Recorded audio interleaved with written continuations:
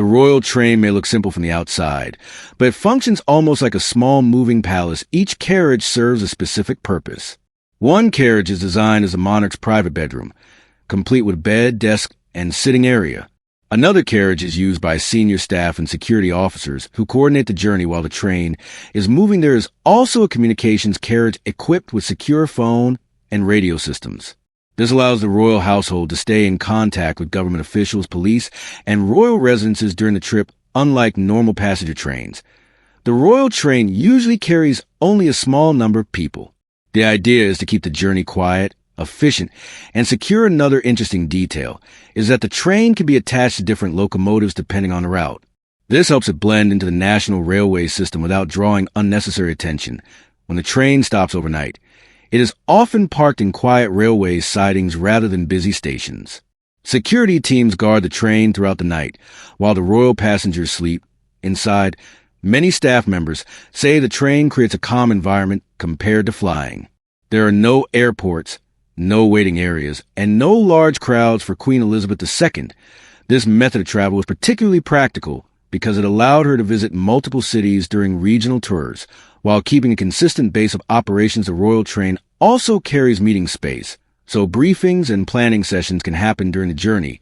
Although it is one of the least visible parts of royal travel today, it remains one of the most unique transportation systems used by any. Monarchy and the world helicopters have become one of the most practical tools for royal travel. Inside the United Kingdom, the country has many royal residences spread across different regions. Traveling between them by car could take several hours, especially with security escorts and traffic control. A helicopter reduces that travel time dramatically. For example, the flight from London to Windsor takes around 15 minutes by helicopter, compared to over an hour by road.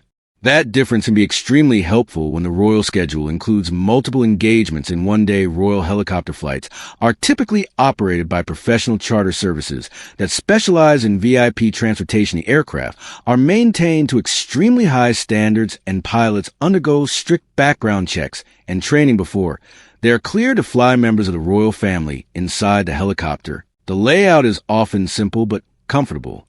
Seats are arranged to allow private conversations between royal passengers and their advisors during the flight. Security planning begins long before the helicopter even leaves the ground. Landing zones are inspected ahead of time, and local police coordinate perimeter security if the helicopter is arriving at a public location in rural areas. Temporary landing spots can even be created in open fields or private estates. This flexibility allows the royal family to travel to places that would otherwise be difficult to reach quickly. Helicopters are also useful for avoiding one of the biggest challenges of royal movement: large crowds forming along travel routes. By flying directly to the destination, security teams reduce unpredictable situations and maintain better control of the environment. Air travel introduces a different set of challenges for royal security teams. Modern aviation tracking websites allow people to follow aircraft movements almost in real time. This means a publicly visible flight plan could reveal where a royal is traveling before they even land. To avoid this, certain royal flights are handled with special privacy measures. One method is filing flight plans using generic or government-related identifiers instead of names connected to the royal family. Another method involves limiting public tracking information until after flight has landed. This does not mean the aircraft disappears from air traffic control systems.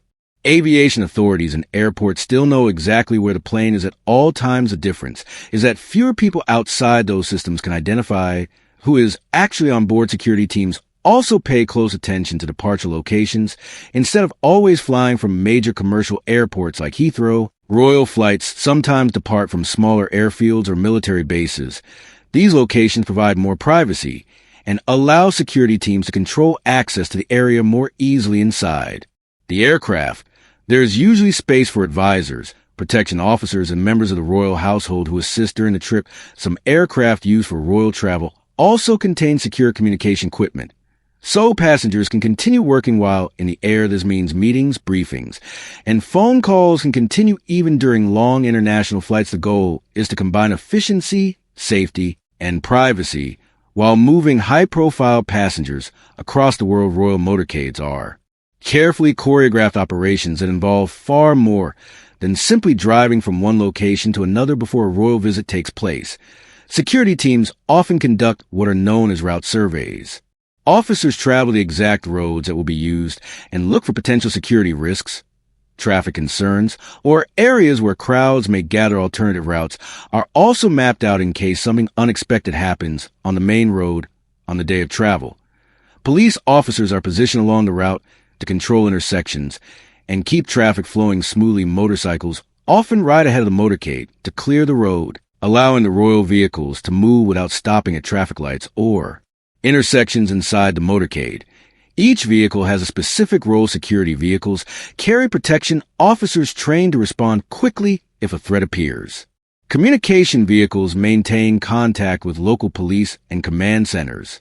Medical personnel may also be nearby in case of emergencies. The main royal car is usually positioned in the middle of the motorcade rather than at the front. This placement makes it more difficult for anyone watching the convoy to immediately identify which vehicle contains the royal passenger. Motorcades may also change speed or route unexpectedly. As an extra precaution, even small adjustments can make it much harder for anyone attempting to track or predict the convoy's movement. What appears to the public as a short drive across the city is actually a carefully managed operation designed to protect the passengers at every stage of the journey. Code names are a simple but important tool used during royal security operations when police officers, drivers, and security teams communicate over radios. They avoid using real names whenever possible.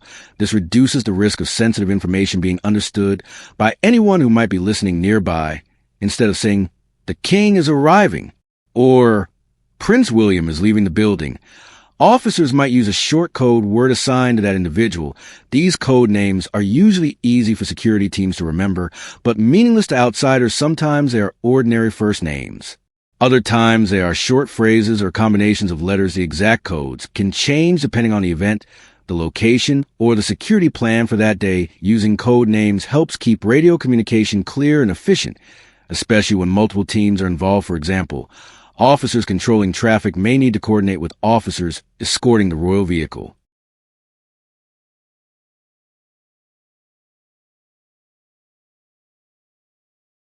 Details about trips are usually shared in stages rather than all at once.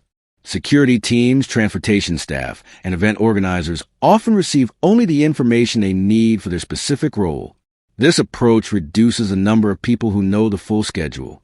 For example, local authorities might only be told the arrival window instead of the exact time.